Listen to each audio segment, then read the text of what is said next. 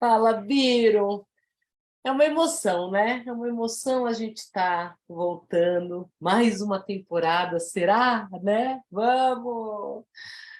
É sempre um prazer voltar, fazer esse trabalho. Histórias com Osho é muito maior que nós. Como você mesmo fala, né, Biro? Fala, meu querido. Boa noite, Dívia. Boa noite a quem está nos assistindo agora ou depois, né?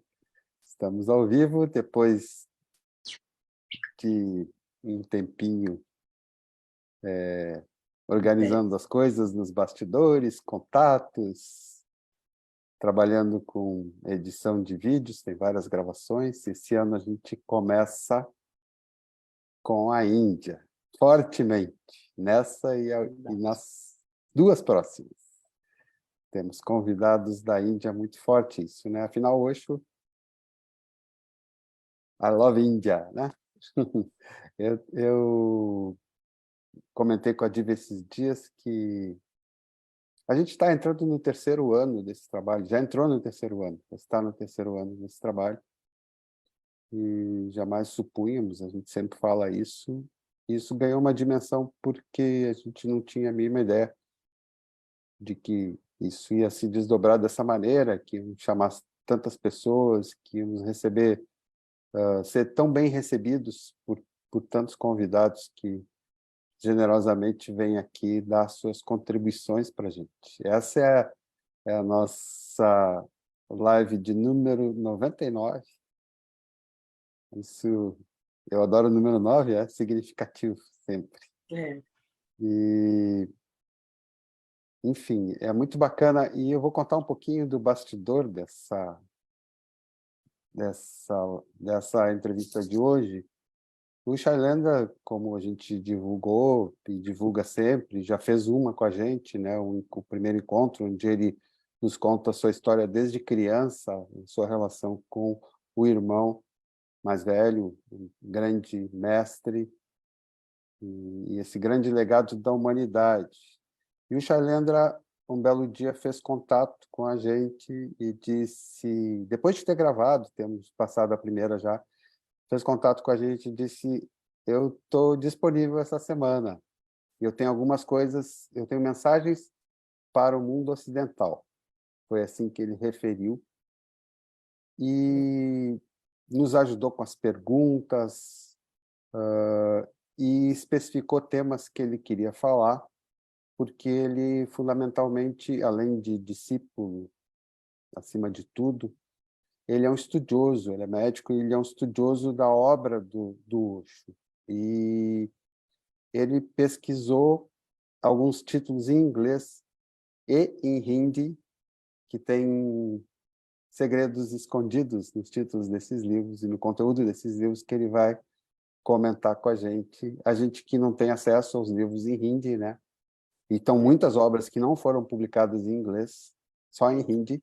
Como o Osho costumava, para quem não sabe, a grande maioria, quase a totalidade dos livros do Osho, eles são extraídos de palestras que ele dava ao vivo, às vezes sobre temas específicos, sobre mestres específicos, ele falou sobre todos, Jesus, Mahavir, Buda, Gurdjieff, e por aí afora, né? Então, uma infinidade de mestres zen, de parábolas zen, tem Tantra, enfim.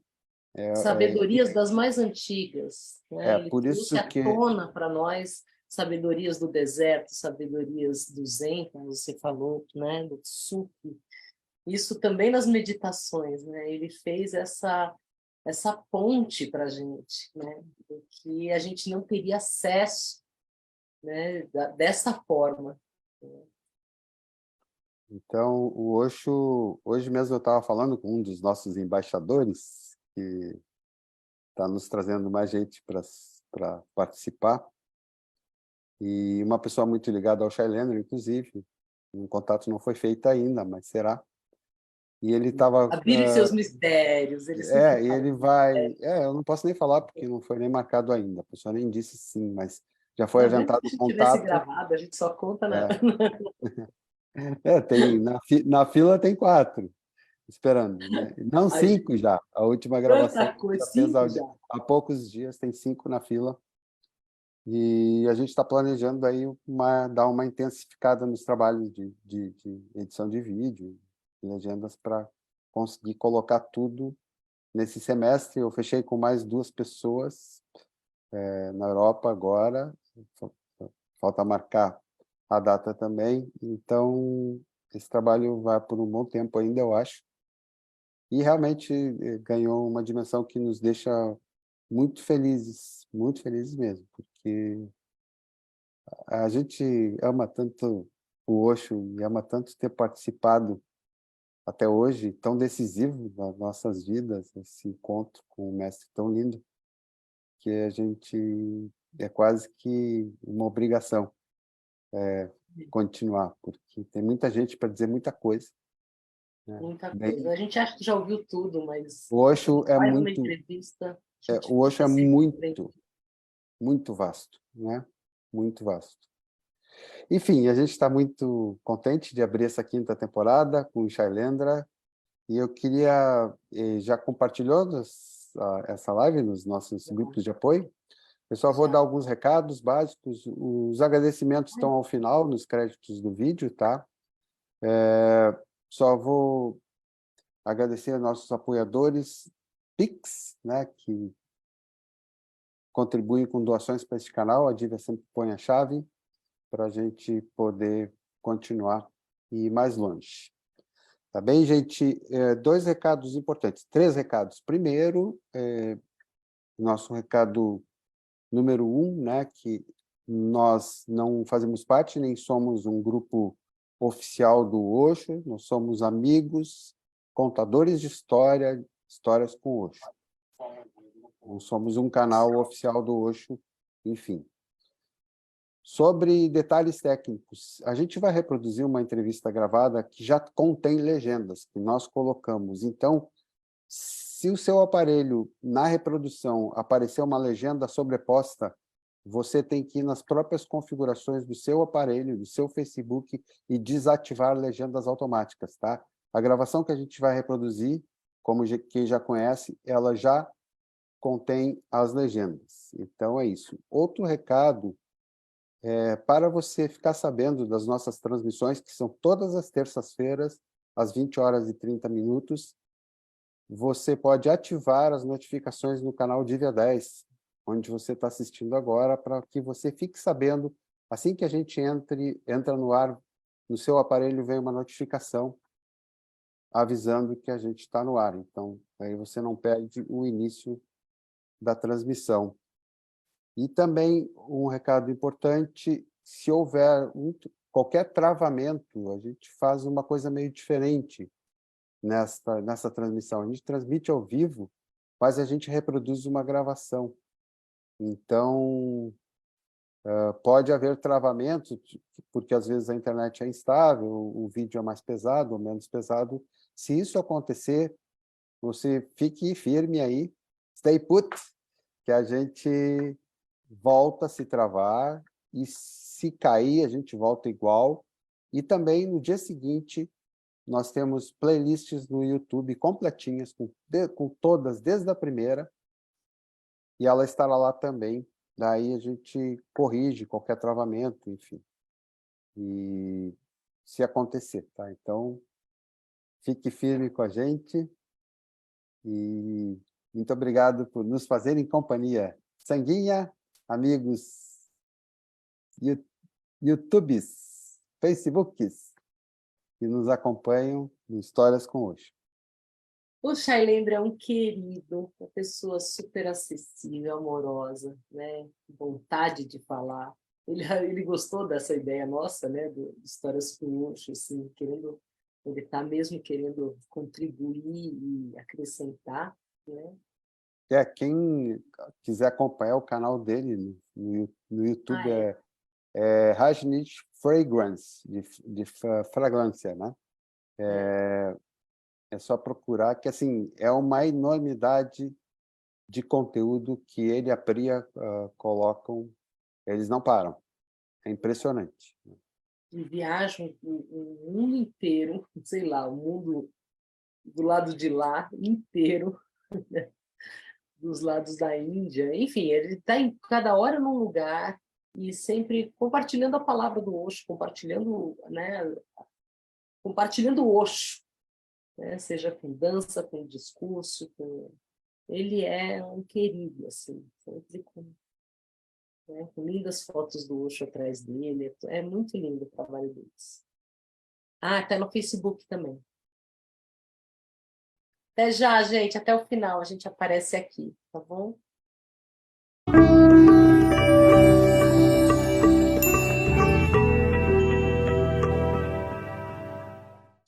So, namaste. Namaste, Shailendra. You know, we are very happy to be with you again. Very, very, very happy. I'm also very happy. So welcome, Shailendra, again. Thank you very much to be with us. Namaste. Namaste. Namastê.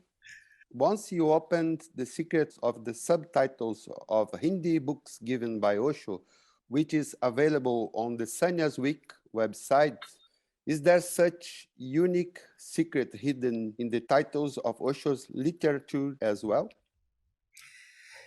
Yes, it is true. There is a secret hidden which most of the people are not aware of. And I would like to indicate towards it. The secret is such that still after explaining, it remains the secret. And this is something really very mysterious. It is the very nature of godliness, the existence, that it is mysterious, it remains a secret. We all know that Osho has spoken on so many subjects, a vast variety of topics. He spoke almost on every enlightened person in the world. And he gave beautiful titles to his books. Most of these titles are very poetic, symbolic, indicating towards something. In Hindi, there are many titles which are part of the poetic line. Most of the saints in India, they have not spoken in prose, they have written poetries or they have sung the songs. So Osho has chosen titles based on these songs, a small line, 1/4 of the line, and that is very, very symbolic.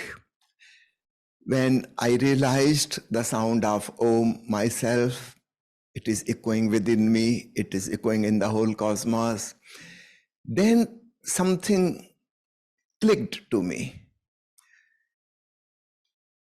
I went through Osho literature and looked at the titles and found that Osho is indicating towards Om, the soundless sound, in almost 25% of his books. That is to say, almost 150 books out of 600 books.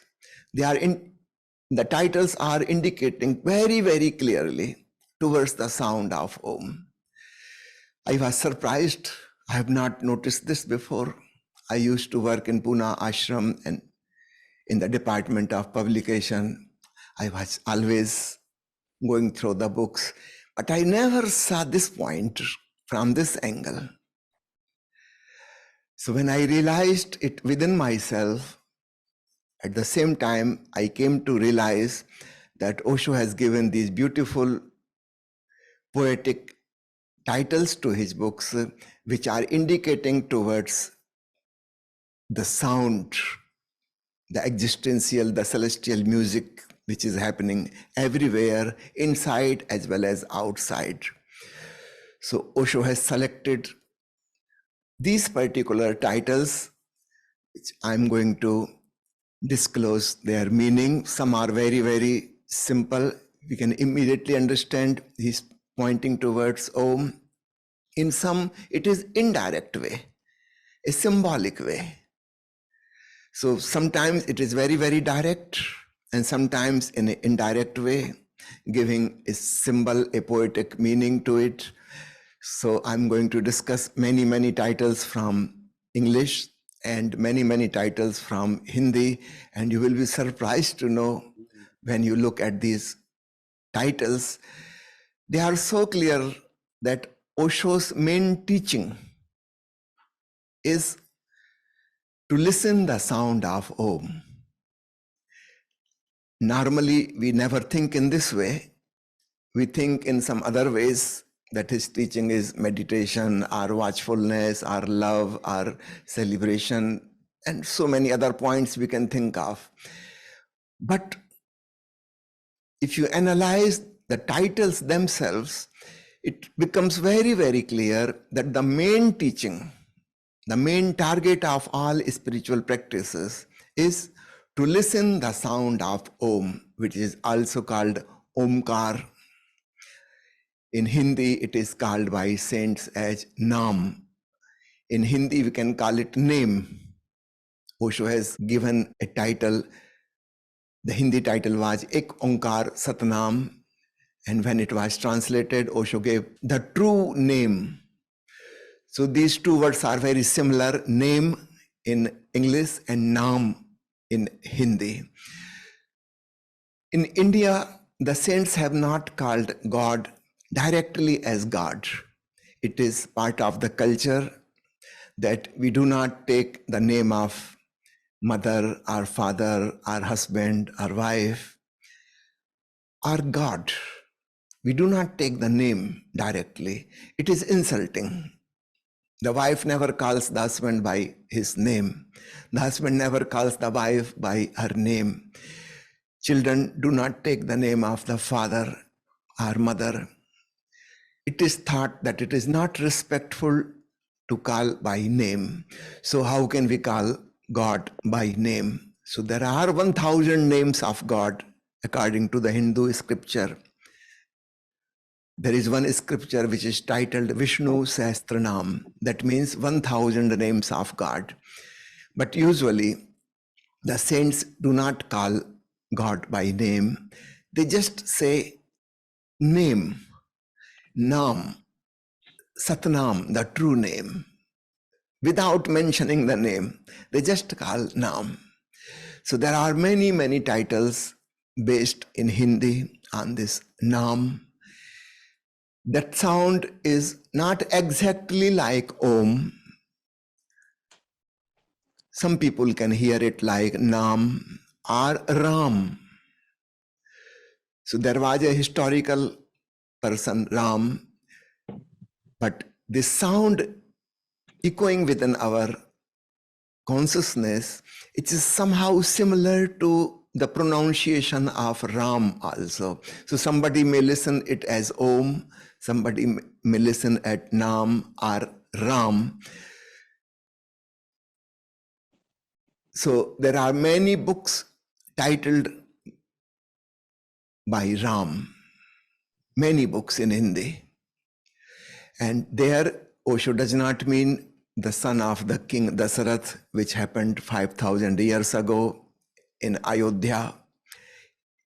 Osho is not talking about that Ram, that historical person, but he's talking about the Ram. He explains again and again, if you be silent, your thoughts disappear, then you will hear the sound within yourself as if someone is chanting very fast with great speed, Ram, Ram, Ram, Ram, Ram, or Om, Om, Om, Om, Om, something like that. Not exactly Ram, not exactly Om. It is so fast that later on, the initial pronunciation of Ra or O disappears and only humming sound remains behind. As if thousands of honeybees are passing by and making a buzzing sound, something like that happens within. So that is called Nam, Ram, Hari. It is called unstruck sound, as the Japanese Zen master have called it, the sound of one hand clapping. In English, we can say it the soundless sound or the unstruck sound. Usually, whatever sound we make, it is when two things strike with each other. My lips are touching each other, air passing through the vocal cords, creating the sound. my tongue is moving, touching the palate. This is creating the sound I'm speaking. So all the sounds we know of, they are two hands clapping. Now, there is a sound in consciousness. There is no duality, there is no other. So the striking two hands cannot clap. There is no other hand. In that emptiness, the sound is echoing. We cannot figure out who is creating it, how it is being done, but it is echoing there all the time continuously. So it is called unstruck sound. The Hindi word for is anahat. It means exactly same as sound without striking. Then a new word also came, anhad, used by the Muslim Sufis. So these are different words used for the sound of Om. In English, the sound or the inner music or the divine melody or the heartbeat of the absolute, the cosmic sound. There are so many names used for it, but it is not as we know the ordinary sound. It is soundless. It is not a vibration. No physical instrument, no scientific instrument can record it. It is so subtle. Just little thinking in the mind and we will not be able to hear it. There has to be absolute silence. Only then we can hear it. It cannot be recorded by any equipment. So this is the wonderful sound, and Osho is indicating towards it again and again, many different ways. Just like you have read the story of subtitles. Osho has given indication at least 10 months ago that he is leaving, and he has given subtitles saying that I'm going to leave soon. But at that time, we were unable to understand the meaning. Now everybody can read it and understand it immediately.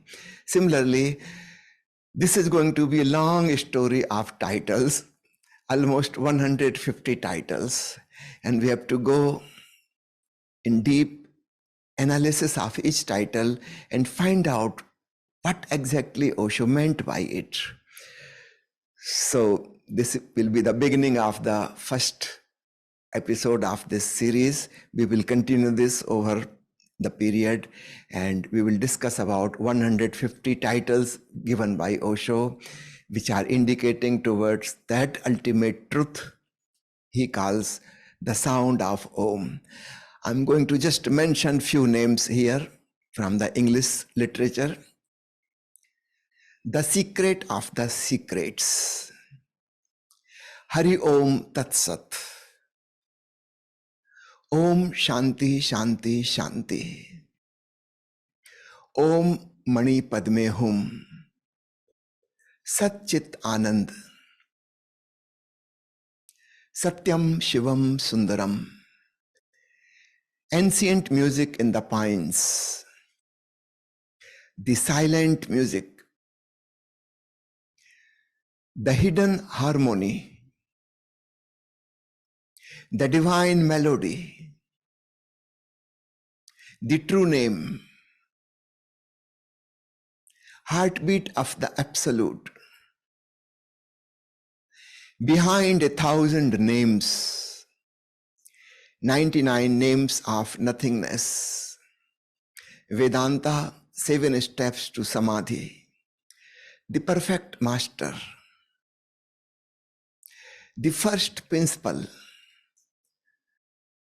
The voice of silence.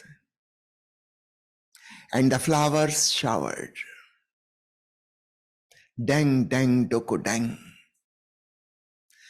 Zen, the solitary bird, cuckoo of the forest.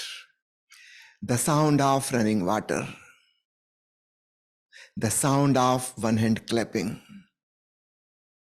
the language of existence, which was a renamed version of ecstasy, the forgotten language.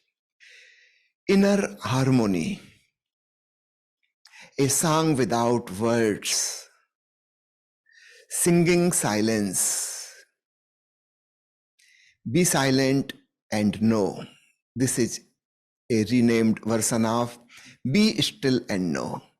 So these are the few English titles which are obviously indicating towards the inner music. We will go in detail of each one. And then there are more than 100 titles which indirectly indicating towards Om. So unless we go in details, we won't be able to understand it. So this is how this series is going to be, a very mysterious one. Some deep secrets will be disclosed. One of Osho's English book is titled The Secret of the Secrets. Please explain to us what secret Osho has told in this discourse series, which is not told elsewhere. Wonderful question. This is good to start with from the secret of the secrets. There is naturally a tendency to know why Osho has given this title and what is special in this discourse series. I went through the whole book and I found it. Let me tell you, Osho has never defined God. Many times the question was asked him in a philosophical manner, what is God? Who is God? What is the definition of God? What do you mean by God? So many questions have been asked about God. He always said, God is not definable. God is not limited, not bound. There is no boundary, there is no limitation, no beginning, no end. And definition can only happen when there is a beginning, when there is an end, when there is something else also. Suppose I have a house, I have a garden, I have a map of my house, and it can be defined that because there is a road in front of the garden, there is a neighbor on this side, another neighbor on this side, and there is a small road behind the house. So these two neighbors and these two roads, they are making the definition of my house. So somebody else is needed, a limitation is needed, a boundary is needed to make definition. How can we define God? God means everything, all inclusive, the whole existence. That which exists is God.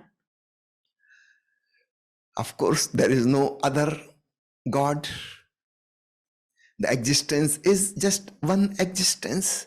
If there is something existing other than this, then we can define that this is particular existence number A, number 1, number 2, number 3, then things can be defined. But when we say the whole existence, that includes everything. Nothing is left out. So there cannot be any boundary. There cannot be any definition. This is what Osho has always said. But in this particular book, The Secret of the Secrets, Osho has revealed the topmost secret, and that is in the 15th discourse. Please read carefully, listen carefully. The 15th discourse, Osho says, God is defined as soundless sound. I researched in the whole Osho literature, all the Hindi and English books. He has never given definition anywhere else. So this is the secret of the secrets, that God is defined as soundless sound. That means the sound which is called Om. In Sanskrit and Hindi, Om is not written using the alphabets, but we have a particular symbol for it, a pictorial symbol indicating towards Om. Why? Because it cannot be called a word, it cannot be called a sound. As we know, other words are, other sounds are. Om cannot be said to be a word. Word has to have a meaning. Om has no meaning. It has great significance, but no meaning. It is not part of our day-to-day language. It is an existential sound. It existed before we existed, before human beings were there, before the languages were there. That sound prevailed all over the existence. Of course, it cannot have meaning. The words and language created by us have meaning. When I say water, I mean something. When I say bread, I mean something. When I say salt, or sun, or moon, we mean something by it. Om has no meaning, so it cannot be called a word. So it is not part of language. So how can we write it using our alphabets? So writing it as OM, Om, or AUM, Om, that is not proper. So the mystics in India have created a picture which is not part of the alphabets. And it cannot be called a sound, because sound needs something vibrating, something striking with something. Suppose somebody is playing guitar, his fingers are touching the strings of the guitar, and then the music is created. This sound of Om is not created sound.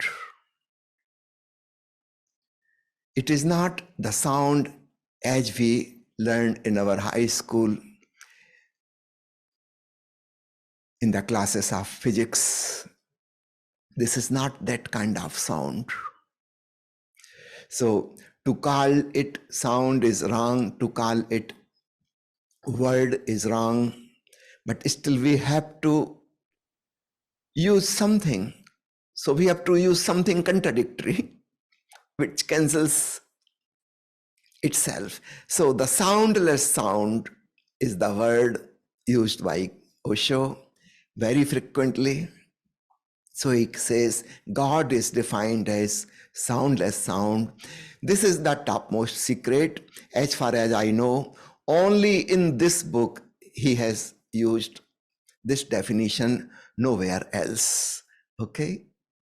Why has Osho kept the titles of a few English books in Sanskrit? Is there any secret behind them too?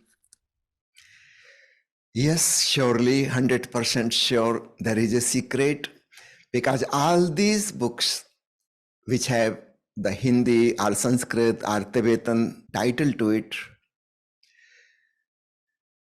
it has Om hidden in it, which cannot be translated. I already told you, Om cannot be translated.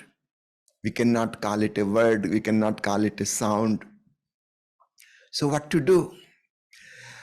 When these books were getting published, I used to work in the Hindi publication department in Pune 2 days. And by my side in the other room was the English publication department. And I came to know the editor, before getting the books printed, sent a request to Osho that please change the titles of these 5 books, because who is going to buy these books? Just imagine in a European country, you go to a library or a bookstore and you see a book titled Hari Om Tat Sat. How will you figure out what it is? Nobody is going to buy these books. The title has to be something attractive which people can understand. Who will understand these titles? Satchidanand or Satyam Shivam Sundaram. So the editor requested Osho, it was perfectly fine to give the discourse series on these titles because disciples were hearing you. But now the time has come, we are going to send this for printing. It will be better to have title changed. Osho refused this request. He said, no, they cannot be translated. These are the Mahavakyas. Mahavakya means the great sentence. So there are just few Mahavakyas. These are some of them. Like the first one, Hari Om Tat Sat. Hari has two meanings. It means God, as well as it means a thief. Now this is very funny. God is called a thief. Osho said, you can drop the word God. That is very much philosophical. The thief, that is the real meaning. Hari Om, this sound of Om is a thief, the master thief sound. And Tat Sat means this is the truth. God is Om, this is the truth. This is the literal meaning. Hari Om Tat Sat. God is Om, this is the truth. But Osho says, I prefer the other meaning. I will call Om the master thief sound. Why? Because the ordinary thief takes your money, takes your valuables. He snatches away few things from you. But the master thief is one who will steal you from you. You will not be left behind. Nothing will be left behind. Everything will disappear. What you think of yourself, the identity, the ego, that will just evaporate. When you are listening to this sound of Om, gradually you will disappear. You will become the Om yourself. The Om is also called Nad Brahma. That means the sound of God. Brahma means the God. And Nad means the sound, the music. Osho says, when you listen with great awareness, with great love, you start dissolving in the sound of Om. Finally, you disappear. You are stolen. The sound of Om has stolen you. Nothing is left behind. Just Om is there. So the master thief sound is Om. You can replace God. The master thief sound, Osho says, I like this meaning. And that is the ultimate truth, Tat Sat. You become the sound yourself. That is the meaning when the Upanishadic mystics say, Aham Brahmasmi, I am the God. Or the Sufi mystics say, Anal Haq, I am the ultimate truth. What do they mean? When you listen the sound, you become the sound. You are no more separate from it. It is just like a drop falls in the ocean and becomes the ocean, from where the word Osho comes. A river merging in the ocean is no more a river anymore. It has become undefined and unlimited. It has become ocean itself. So that is the oceanic experience. Osho explains in this Hari Om Tat Sat. The second book I would like to mention is Om Shanti Shanti Shanti. Most of the Hindu scriptures, they start with Om, all scriptures, and they end with Om Shanti Shanti Shanti. This is considered as the Mahavakya, the great sentence. Nothing can go beyond it. So Om means the soundless sound, and Shanti means calm, quiet, silence, no sound. That is the meaning of Shanti. Nothing is happening. Calm, quiet, silent. So when we become calm and quiet and silent, as we enter in meditation, we start listening the sound echoing in our consciousness.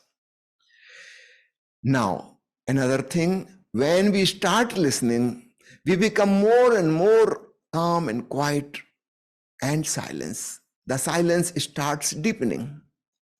Finally, only the silence remains there and we disappear. That's why all the scriptures, they end on this Mahavakya, Om Shanti, Shanti, Shanti. Now things are over. Whatever was asked is answered. No words anymore. Now be quiet and listen to the sound of Om. So that is the indication, Om Shanti, Shanti, Shanti. So there are two meanings.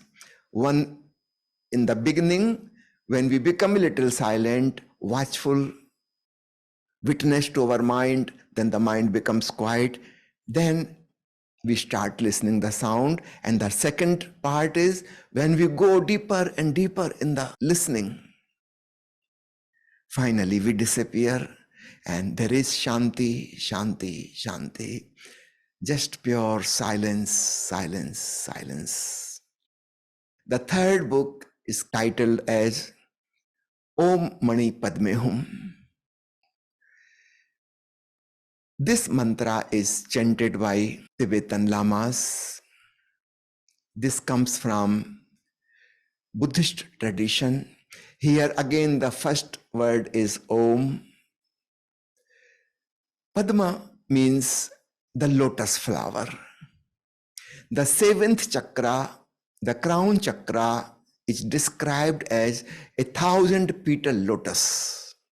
When the consciousness reaches to its climax, the ultimate flowering of consciousness is blossoming of the lotus. Why lotus? There were so many beautiful flowers, but lotus is chosen for a particular reason.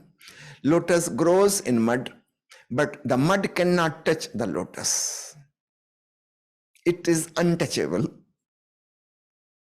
The same quality our consciousness has. It is not touched by anything. It is not affected by anything. Whatever we see, whatever we hear, whatever is happening around, whatever event is going on, good or bad in our life, really nothing touches it. The witnessing consciousness remains like a mirror. So these are the two symbols used for consciousness. One is mirror. Anything may be getting reflected in the mirror, but nothing is printed in the mirror. Nothing touches the mirror. And the second one is this beautiful flower of lotus. Nothing touches it. So Om Mani Padme Hum. Padme means lotus, flowering of consciousness, the witnessing consciousness. Mani means the diamond. This is symbolizing the inner light, the divine light. As there is sound in the consciousness, there is light as well. It is not like the light we see outside. There is no source of that light. It is not coming from anywhere. It is not going anywhere. It is just there. No beginning, no end, not coming, not going. The light in the outside world has always a source.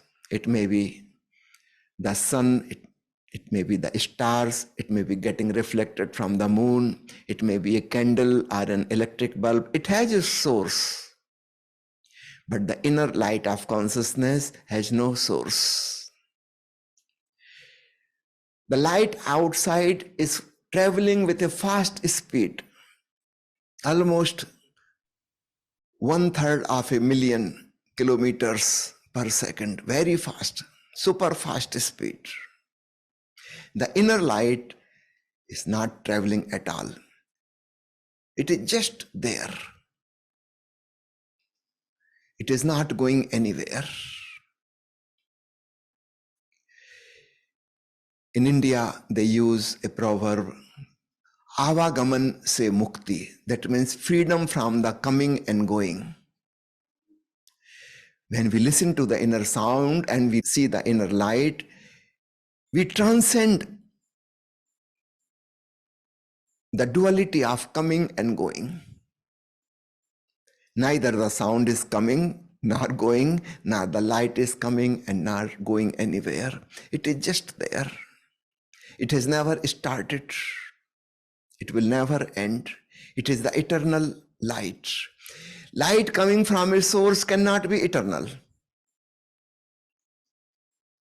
If we are having a lamp using some fuel, when the fuel is finished, the lamp will be put off.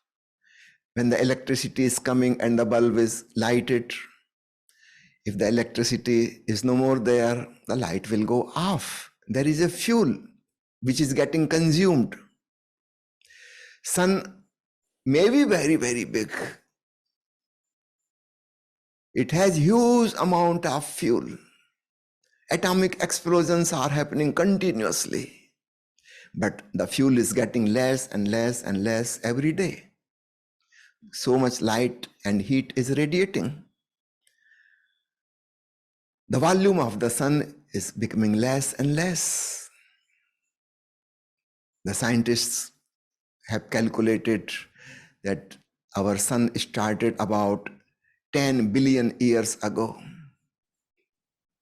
And as it is radiating energy every moment, probably in next 5 billion years, it will be finished. The fuel is over. There will be no more any light, no more any heat. So light coming from anywhere outside in the world has heat, has energy, is traveling, and some fuel is needed there to produce it. Inside, in meditation, our awareness is just echoing with the divine sound, and it is filled with light. Not ordinary light, so we have to call it the divine light. And our ears are not needed to listen, and these eyes are not needed to see within. Actually, when we close our eyes and ears, then it is easy to recognize the sound of Om and the light. So Mani is symbolically indicating towards the divine light, and the sound of Hum can be interpreted in two ways. The Hindi word Hum means M, A-M, as in English. For example, I say, I am Shailendra. So this M, Hum. In Hindi, I will say, Main Shailendra Hum. So Hum means M, Mness, isness. So when the Tibetan Lama says, Om Mani Padme Hum, he is saying, I am Om, the divine light and the flowering of consciousness like the lotus. This is what I am. And remember, when the mystic says, I am that, Aham Brahmasmi, Analhak, he is not saying that he is someone special. He is declaring about everyone, each one of us. Whether somebody knows or somebody does not know, it doesn't matter. Everybody has the same ultimate truth.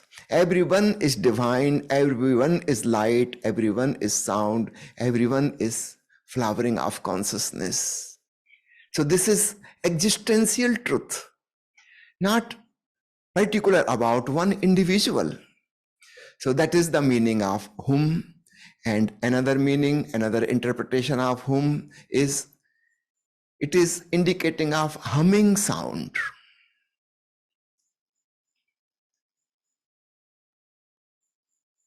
Osho has mentioned in the book, not exactly book, a small booklet, The Notes of a Madman. He has mentioned this mantra, Om Mani Padme Hum, many, many times, every day, without any question, without any reference. Just out of the blue, suddenly he started saying, Om Mani Padme Hum. And he says, I am at the peak of my consciousness, just like I am on the Everest of the Himalaya. And there,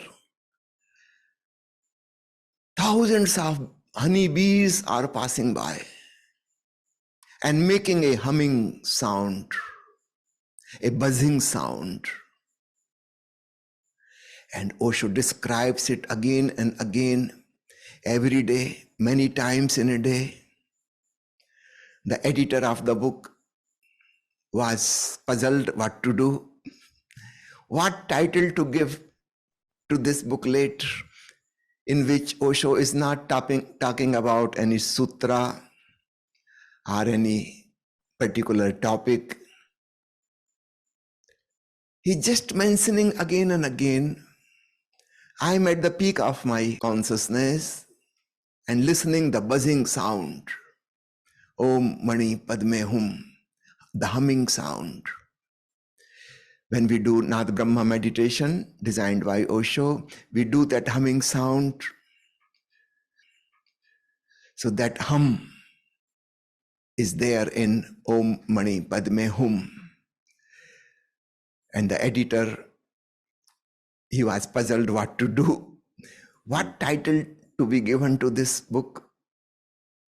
He thought Osho has gone mad. He has gone crazy. What kind of buzzing sound he's talking about? I can't hear anything. So he gave the title, The Notes of a Madman. And Osho accepted, yes, perfectly fine. So you know the secret of this book also, The Notes of a Madman. Why? Because he was talking about Om and Om and Om all the time. So many times, repeatedly, because there is nothing else to say. Somehow this is the end of the saying. What else to say? This is the ultimate, the Mahavakya. So this is the meaning of Om Mani Padme Hum. Now, the next one is Satchidanand. This is combined form of three words, Sat, Chit, and Anand. Sat means the ultimate truth. You already know what is truth. Hari Om Tat Sat, that is the ultimate truth, Om. So Sat, Chit means consciousness, and Anand means bliss. The Sanskrit language is very beautiful. The words can be combined, and a new word can be created, one single word, Satchidanand. There is a purpose behind it, because these three experiences, the experience of Satya, the ultimate truth, that means the soundless sound, the experience of Chit, the flowering of consciousness, the peak of awareness, and Anand, the blissfulness. These three experiences are not really three. This is the real Trinity, or Trimurti, or Triveni. These three experiences happen together. Of course, the way to reach is in the middle. That is consciousness. We have to become more and more and more aware. So meditation is the way. And these two things on the side, Sat and Anand, that means the soundless sound and the blissfulness, these will happen as a result. We cannot approach bliss directly. We cannot approach the ultimate truth directly. What we can do, at the most, we can become more and more alert and aware and silent and wordless and thoughtless. And suddenly we will have these two experiences. The sound is echoing within, that is the ultimate truth, and it is full of blissfulness.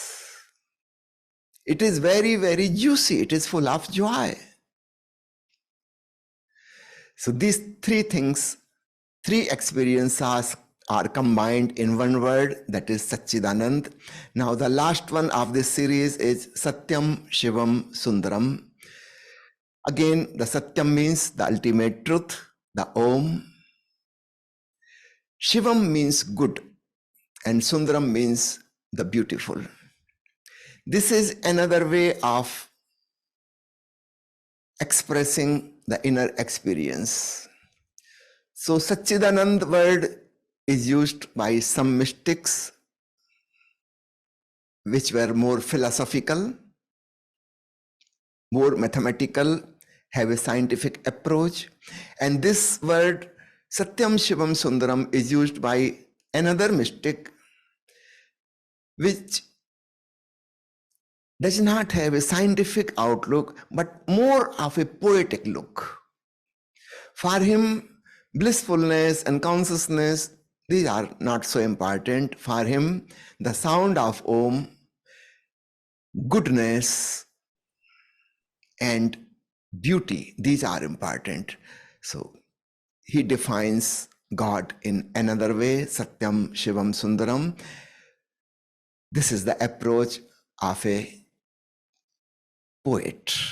So Osho has explained beautifully these 5 Mahavakyas, and he insisted that the title of the books should remain as they are. Okay, next question. Traditionally, it is said that there are 2 main ways to attain God: yoga and bhakti, meditation and devotion. Which of these should be considered more important according to Osho's vision? This is a very important question, because usually we think Osho is talking about awareness and love, yoga and bhakti, meditation and devotion. Once this question was asked in one of the Hindi discourses, I will mention the title, the 8th discourse of Sabai Sayane Ekmat. Sabai Sayane Ekmat means all the experienced people agree on one thing. And what is that one thing? I will tell you later. All the mystics agree.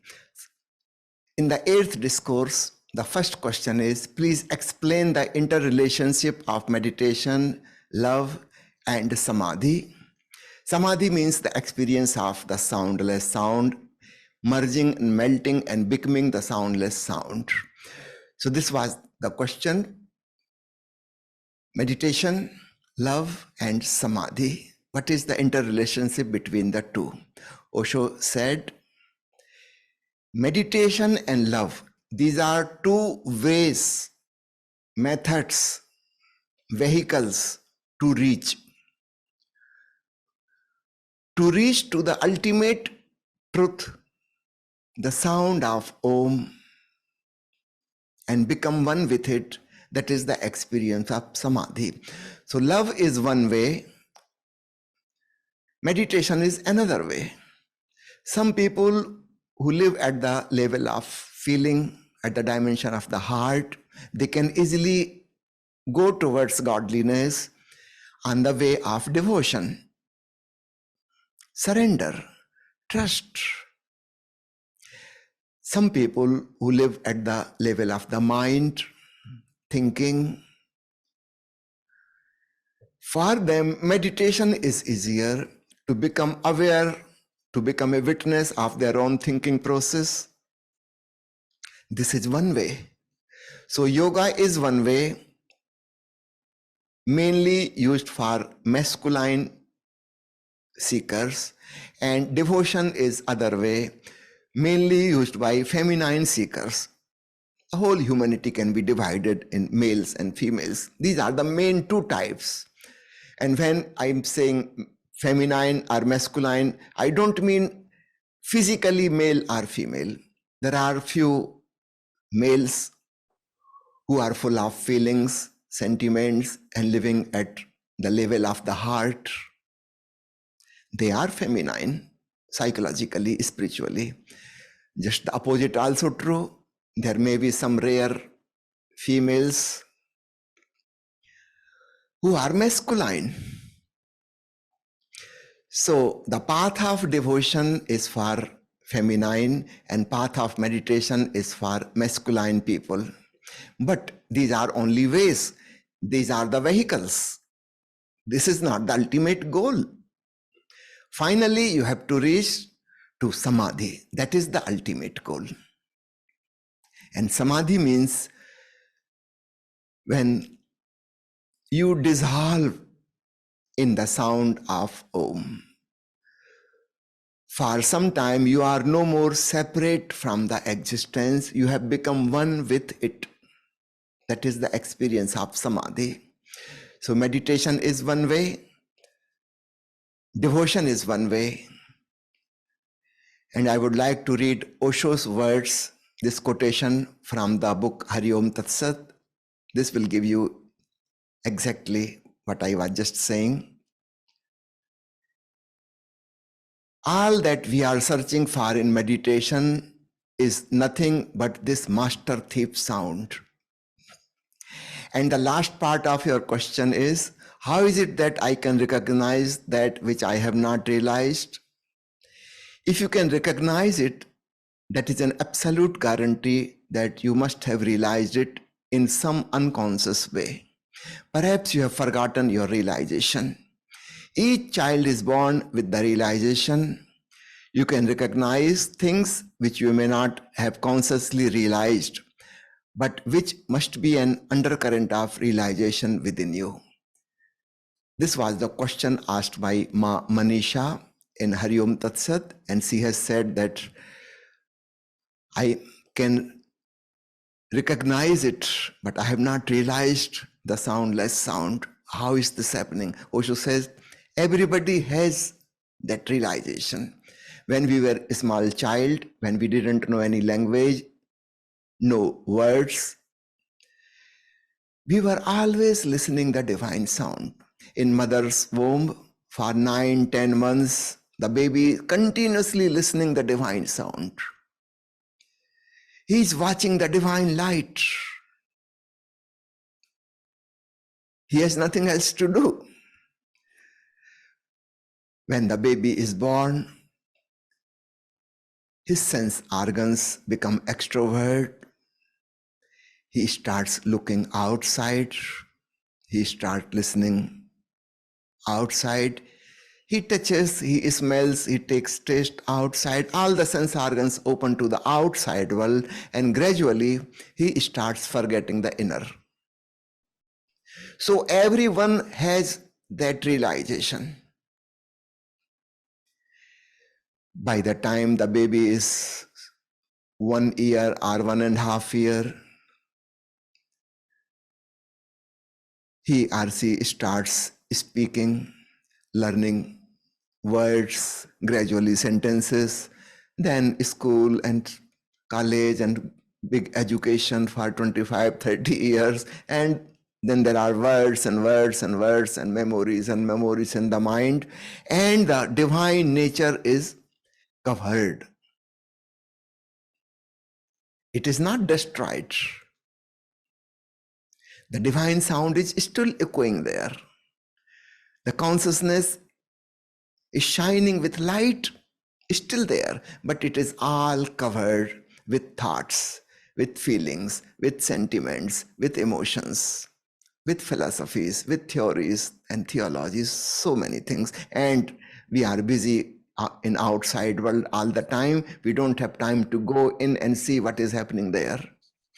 So gradually, by 2 or 3 years age, the child becomes perfectly extrovert.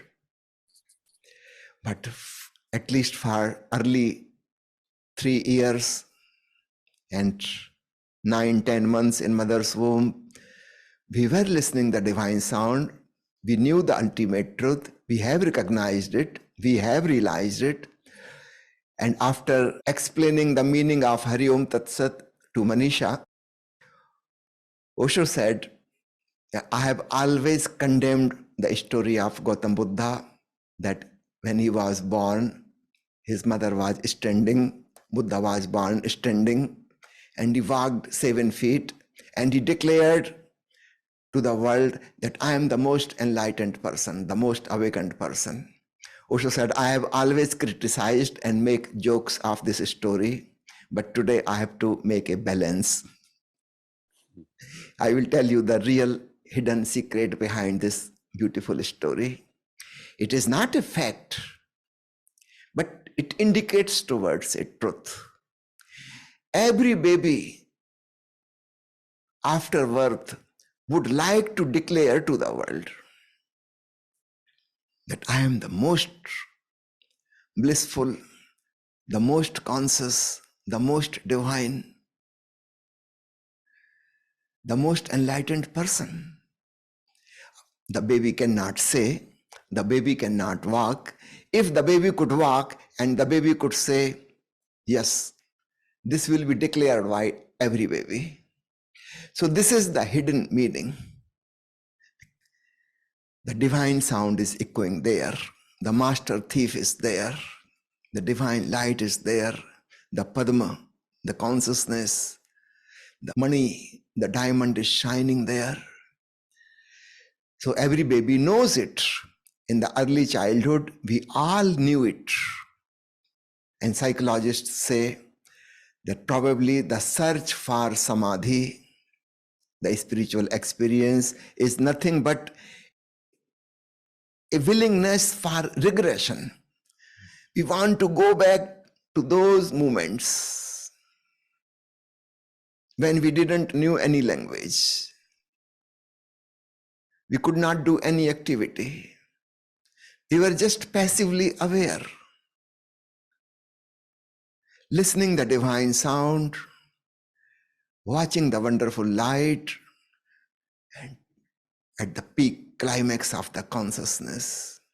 So Osho says, today, that means the first discourse of Hari Om Tat Sat, Osho said, when I leave the auditorium, I go back to my room, then everybody will stand up, walk 7 feet, and declare to the world, I am the most enlightened person, I am the Buddha. And this was done. I was there, fortunately, and everybody did it. So please remember, whether we use the path of devotion or the path of meditation, yoga or bhakti, the ultimate goal is one. These are two vehicles. They are not goals in themselves.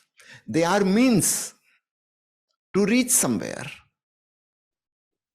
If somebody keeps on doing meditation and meditation and meditation only, he's crazy. Or if someone is just doing devotion and devotion and devotion, it's crazy. The vehicle in itself is not the target. The vehicle is supposed to take us somewhere. What is that somewhere? What is the target? The ultimate purpose of devotion and meditation or any other means. There are so many ways. Tantra, Tao, Jain, Baul. So many ways. And many more can be discovered in future. But remember, they are only means. They are not target. The target is one. And that is samadhi. This is explained by Osho in many, many discourses. Samadhi is the target. In Ek Onkar Satnam, Hindi series on Guru Nanak Dev, Osho says, Nanak was a devotee He was not a meditator and he enjoyed singing. So in ordinary way, neither he was a meditator nor a devotee, as we think of devotees. He was not like that. He was just a singer, a music lover. He usually have two friends, Bala and Mardana. And when Nanak used to sing, they started playing on their instruments, accompanying him. So that was his whole life. Singing and singing and singing. And while doing singing, merging in the melody, suddenly he became aware of the divine melody. Osho has said many times that it is very easy for musicians to reach to the ultimate truth. In many discourses, Osho has said, if you are a musician, you don't need any meditation. Music is enough in itself. You don't need any other technique. Just drown yourself in music and you will reach to the ultimate truth, which it is very close, particularly for musicians, for singers. So Nanak achieved this ultimate state. He remained drowned for 3 days. So the story says that he was singing on the bank of a river and he got drowned in the river. This is just symbolic. And after 3 days, he came out of the river.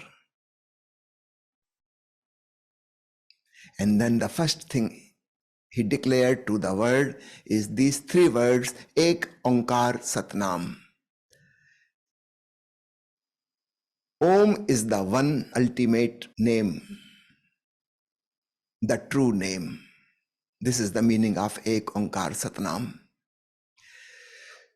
So 3 days he was drowned in Samadhi. And Osho says, Osho has given 20 discourses on Ek Onkar Satnam, but in the first discourse he mentioned that if you have understood these 3 words, Ek Onkar Satnam, one, Om, true name, the scripture of Nanak is over, finished. There is nothing more to say. He has said everything a spiritual person can say. But he knows you won't understand it in such a short formula. So he says again in different ways, describes. But remember, it is all repetition. The truth is one. So whatever way Nanak expresses, of course it will be repetition. There are not many truths. There is only one truth, and that is the sound of Om. So this experience of Samadhi is drowning in Om. So ultimate target of meditation and devotion or any other technology of spiritualism, the target is Om. In one book, Athato Bhakti Jigyasa, that is a Hindi discourse series, Osho divides bhakti in 2 parts. One is Gaudi Bhakti, that means secondary bhakti, means to achieve to the ultimate, and the other is Para Bhakti, the ultimate, the transcendental devotion. So the transcendental devotion is falling in love with the soundless sound. And the Gaudi Bhakti, we can also call them primary and secondary, the initial and the ultimate. So the initial bhakti, what we know of devotion in the world, that is all primary bhakti. These are means to reach to the ultimate, the para bhakti. And that is falling in love with Om, becoming one with Om, that is the Samadhi. So that is the ultimate experience. Okay? Till 1973, Osho used to take meditation camps at various natural places. Since 1974, Samadhi Sadhana Shivir was started at the ashram of Pune. Why the name was changed? As I have already told, meditation is a vehicle, a means, a way to reach to the ultimate. So initially, when Osho was conducting camps, they were called meditation camps. In Hindi, they were called Dhyan Shivir. He was teaching to become more alert, more conscious, be a witness, be loving, be compassionate. So many things he was teaching.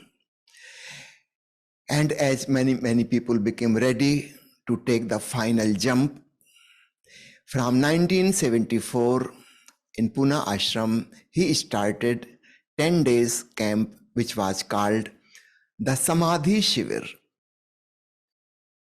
Samadhi camp, not meditation camp anymore. So we can think of meditation and devotion as primary school of the education. We have to start from there, from the beginning. And as we start growing, we go to the higher school, then we go to the college, then we go to the university, and then there is doctorate, PhD. Similarly, the path of spiritualism, we go slowly, step by step by step. So in the initial phase, up to 1973, it was meditation camp. After 74, it was Samadhi camp. So every month from 11th to 20th, these 10 days were the Samadhi camp. And many times Osho has used this word himself. For example, I will read you a quotation from the book Shiva Sutra that was given in the early days of Pune. Osho says, in the 10th, the last discourse of Shiva Sutra, take this Maha Mantra Om with you from this Samadhi camp and use it regularly. The mantra is like a seed. You cannot be in hurry with seeds. It will germinate in its own time. Your hassle will only result in the opposite effect, that it may never sprout. If you do it patiently for 3 months, you will be filled with great sweet juices, which Kabir has called the jaggery of a dumb man. And once that jaggery comes into taste, then there is no difficulty. Then wherever you are, it is perfectly fine. What you are doing is fine. Then the world becomes dreamy. Life is no more than an act. You become a witness. Your sakshitva is shivatva. You become Shiva. In the 4th discourse of Shiva Sutra, Osho has explained the science of mantra in great details. And he said, on the last day, I will give you the technique. And on the last day, he gave the technique. He spoke on technique itself for about 1 hour. In 4 steps. First is shouting loudly, Om, Om, Om, Om, Om. Using your whole body, getting involved 100%. Then sitting down and close your mouths and repeat within. So first was using the physical body, creating physical sound. Now only mental chanting of the mantra. Just with fast speed, Om, Om, Om, without any word outside. Lips are closed, but the mind is fully involved.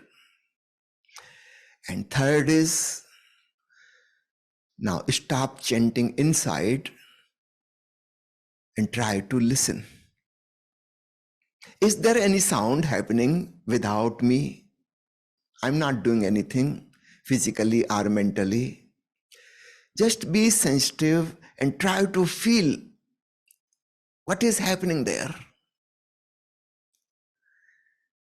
And ultimately, you will start hearing the sound of Om within yourself. That is the final, that is the Samadhi. And in the end, Osho suggested, it will be good to add one more step before beginning the chanting of mantra. You can do some catharsis, some shouting and jumping and jogging or laughing, crying, whatever you wish to do. As you do in second step of dynamic meditation, do it for 10 minutes. That will make you relaxed, come back to yourself. So actually there were only 3 steps, but Osho added one more. He said this will be useful for many people. Otherwise you won't be able to be silent so easily. First go mad, then shouting Om, Om, Om, then sitting with closed eyes, chanting mentally only, and then stop chanting and listen. And this listening will take you to the ultimate goal. So when Osho says, take this Maha Mantra, Maha Mantra means the great mantra. All other mantras are small mantras. Om is the great mantra. Take this Maha Mantra Om with you from this Samadhi camp and use it regularly.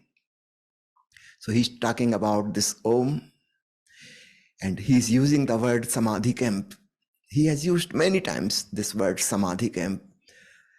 So please be aware what Osho is explaining in meditation camps was for beginners, immatures, and what he's talking about in Samadhi camps after 74, this is for more mature seekers. Okay? In March 1981, Osho suddenly observed silence. At this time, 2 books were published, Bahu der Hein Gat and The Sound of One Hand Clapping. Do these also indicate a spiritual goal? Yes, your question is very, very significant. As there was a phase for beginners, then there was a phase for more mature people. On 24th March 1981, Osho declared, now a new phase of my work starts. Now this is for very mature seekers. The beginners will miss, they cannot catch hold of anything. And this will be the phase of silence. Osho will not speak anymore. So the last discourse was given on 24th March. That series has started on 21st. There were only 4 talks in this series, which is titled Bahu Tere Hain Ghant. And the Darshan Diary, you know that every month a Darshan Diary was compiled, what Osho has said in the evening Darshan, explaining the meaning of names, giving some meditation techniques. Whatever he said in the evening, that was compiled every month in a Darshan Diary. So the last Darshan Diary is from 1st March to 23rd March. On 24th, only the morning Hindi discourse happened, nothing in the evening. So these 23 days compilation of Darshan, Osho gave the title, The Sound of One Hand Clapping. These are the last of his 2 books, remember, before entering into silence. And in this book, The Sound of One Hand Clapping, do you know Osho has used this phrase almost 80 times. In 23 days, he used the sound of one hand clapping 80 times. This means almost 4 times every night he was explaining the sound of one hand clapping. 4 times daily. I don't think anybody may have noticed this. Please read that book, The Sound of One Hand Clapping. This is too much. Before entering into great silence, the new phase for really spiritually mature seekers. Now he is not going to speak. He is not going to say, he has said. And the final, the sound of one hand clapping, indicating towards the unstruck sound of Om. Osho has explained it in so many ways, in 80 ways, in 23 days. This is something final, climax of what he can say. After that, only silence can happen. Nothing else can be said. He has said the final. And same thing about the Hindi book title, Bahu Tere Hain Ghat, that is based on few poetic lines of Saint Paltu. And the whole line means that there are many, many ways to reach to the ultimate. The ultimate is name. In Hindi, Paltu calls it Naam, the true name. That means Om. Ghat means a place from where a boat starts in the river. So on this side, on this bank of the river is this our world, and the other side, the other shore, is godliness, the divine, the samadhi, the enlightenment. And Paltu says there may be many places from where the boat will start. Krishna has made one ghat, Mahavira has made one ghat. In Hindi, another word for ghat is tirth. Osho has given this name to many of his disciples. Tirth. So tirtha means a holy place, and that means from there you can ride on the boat and go to the other shore. So Paltu says there are many, many ghat, many tirth from where the boat begins, and there are many different kind of boats. The boat of Jain, the boat of Tao, boat of Hasids, very different. The boat of Baus, boat of Sufis, very different from each other. The Buddhist boat, the Jaina boat, the boat of devotion, the boat of meditation, the boat of yogi. So many boats and many more can be there. So he says, Bahu tere hain ghat. There are many, many, many ghat. There are many, many, many kinds of boats on which you can travel. But finally, where you will reach, the other shore is the true name of God. That is the ultimate shore. So it doesn't matter from where you start. You will reach to the other shore. Finally, the Om is found. This is the meaning Osho has given to the Hindi book, Bahu Tere Hain Ghat. So finally, these two books, before the silent phase started, very significant meaning.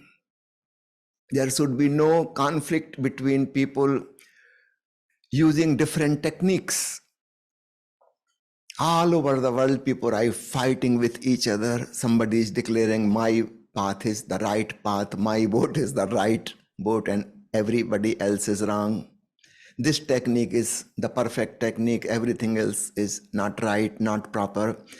The devotees think the yoga is useless, just physical exercises. The yogis think the devotees are mad, insane people. Nobody has any good idea about the other person.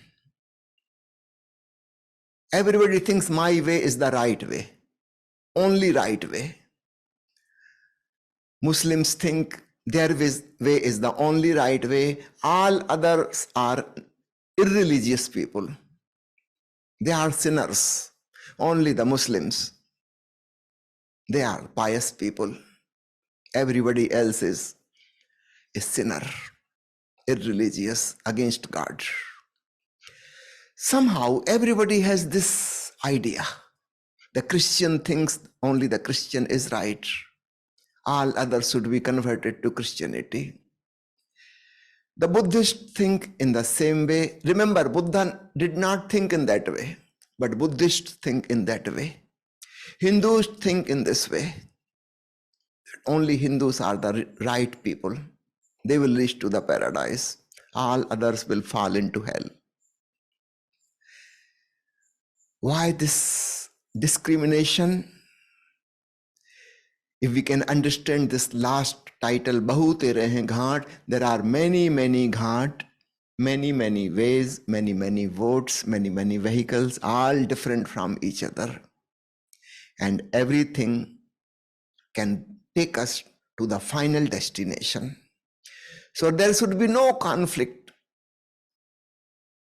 that this boat is right, that boat is right. They are different, but that does not mean they are wrong. The boat has the capacity to take you to the other shore, and that is perfectly fine. So it doesn't matter which boat we use. If we understand the other shore, which is echoing with divine sound, then we can understand this meaning of Bahu Tere Hain Ghat and the sound of one hand clapping. And these are before the final phase of Osho started in 1981. He entered in silence. Okay.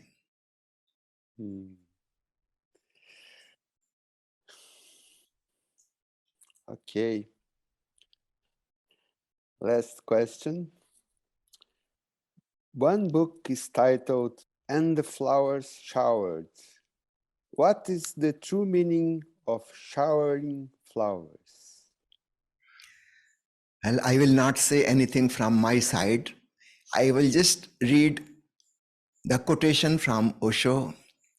You will get the point.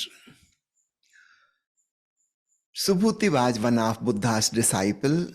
He was able to understand the potency of emptiness, the viewpoint that nothing exists except in its relationship of subjectivity and objectivity. One day, when Subhuti was sitting under a tree in a mood of sublime emptiness, flowers began to shower all around him.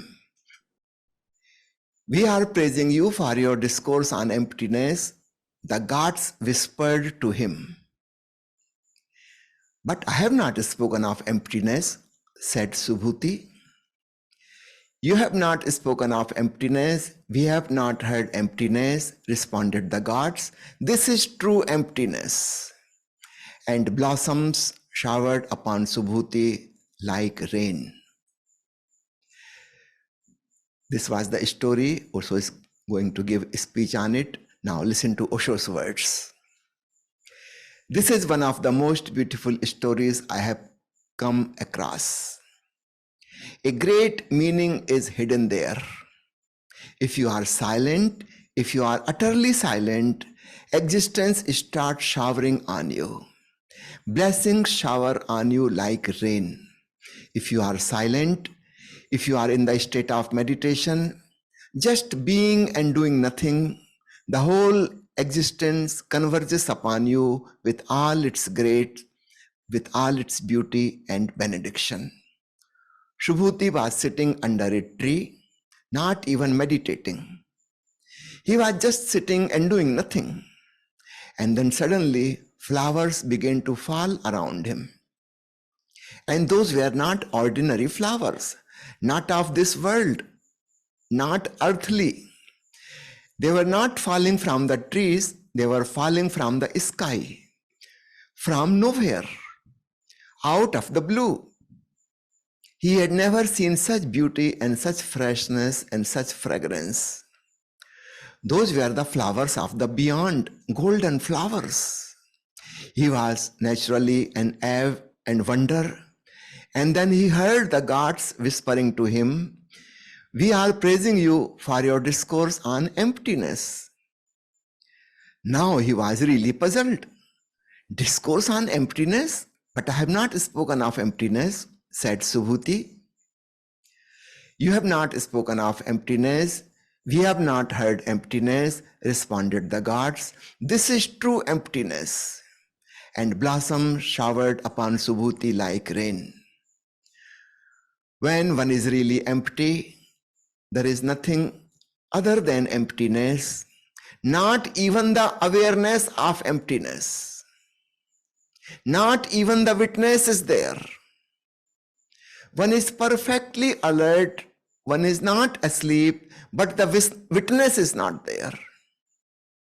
It goes beyond witnessing, because whenever you witness something, there is a slight tension inside, a subtle effort, and then emptiness is something else and you are somebody else. You witness it. Then you are not empty. Then emptiness is again just a thought in the mind. When you are really empty, you will see something from the beyond start descending in you. A dancing energy enters in you, in your every cell. You are full of song, wordless, soundless, a divine music, in which music there is nobody who is looking. In this music, there is nobody who is looked at. The observer is the observed. The dancer has become the dance, and all duality has disappeared. Let me repeat few lines again. When you are empty, you will see something from the beyond starts descending in you. A dancing energy enters in you, in your every cell. You are full of song, wordless, soundless, a divine music. In this music, there is nobody who is looking. In this music, there is nobody who is looked at. The observer is the observed. The dancer has become the dance, and all duality has disappeared. So this is beyond meditation. Subhuti was not even doing meditation. This is beyond witnessing. Now you can understand meditation and witnessing awareness is the means to take us there, where the flowers of divine music start showering. The whole existence pours its grace, its beauty upon us. There is no duality in it. In witnessing, there is a duality. I am watching thoughts. Of course, I am the watcher, and thoughts are watched at, looked at. When this divine music is there, nobody is creating the music. There is nobody who is listening the music. You have disappeared. You are stolen. The Hari has taken you. The master thief has taken you away. Nobody is there. Only the music. Only the light. No object, no subject. All duality disappears. So that's the meaning of the title, "And the Flowers Showered." There are 10 stories in this book, but Osho has chosen this one as the first one. And he has especially mentioned, this is one of the most beautiful stories I have come across. So the flowers are not ordinary flowers, not falling down from trees. These are the musical flowers, the flowers of soundless sound. Okay, Abhiru, thank you for your questions. I just want to sing like falling leaves, blowing away, words disappear, and all I can say is I love you. And this was just the first episode of the beginning of this series, and we will continue. There are at least 150 titles, and everywhere the hidden meaning is Om. It's a surprise. I was also surprised when I realized this. Thank you very much. Thank you, thank you. Love you. Namaste. Love you. Namaste.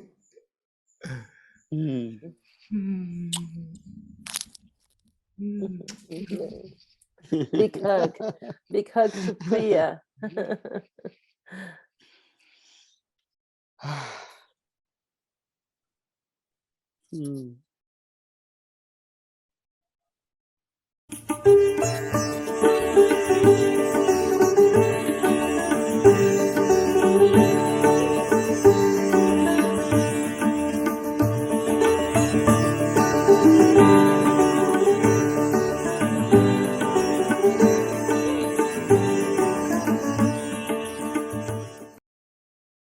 Ah, que Shailendra. Essa é uma Tem entrevista mais 150 títulos. Só essa aí dá para ver algumas vezes, porque tem muita coisa ali. Tem muita coisa ali. E a gente tem que... Ele nos deu uma técnica de meditação, agora a gente tem que experimentar. E algo nesse espectro todo de meditação a se prestar mais atenção, dar mais ênfase, né? A quantidade de vezes que o Osho falou do Om. É interessante porque a obra do Osho é gigantesca. E o Shailendra vem aqui nos dá um jeito de olhar. Viram outros convidados também que vão olhar de outra forma, e essa é a riqueza. Então, essa é a riqueza. É um diamante de 1000 facetas. Eu estou rindo aqui agora, que o Jacham falou que não estava entendendo, eu disse, não se preocupa, no próximo ele vai falar em hindi. Sim. Eu achei engraçado. Beijo, Sanguinha querida, que bom, estamos aqui todo mundo junto novamente, né? Muita coisa linda para compartilhar. Aguardem, semana que vem, promete. Semana que vem tem mais. Gente, um beijo. Até semana que vem. Até semana que vem. Valeu.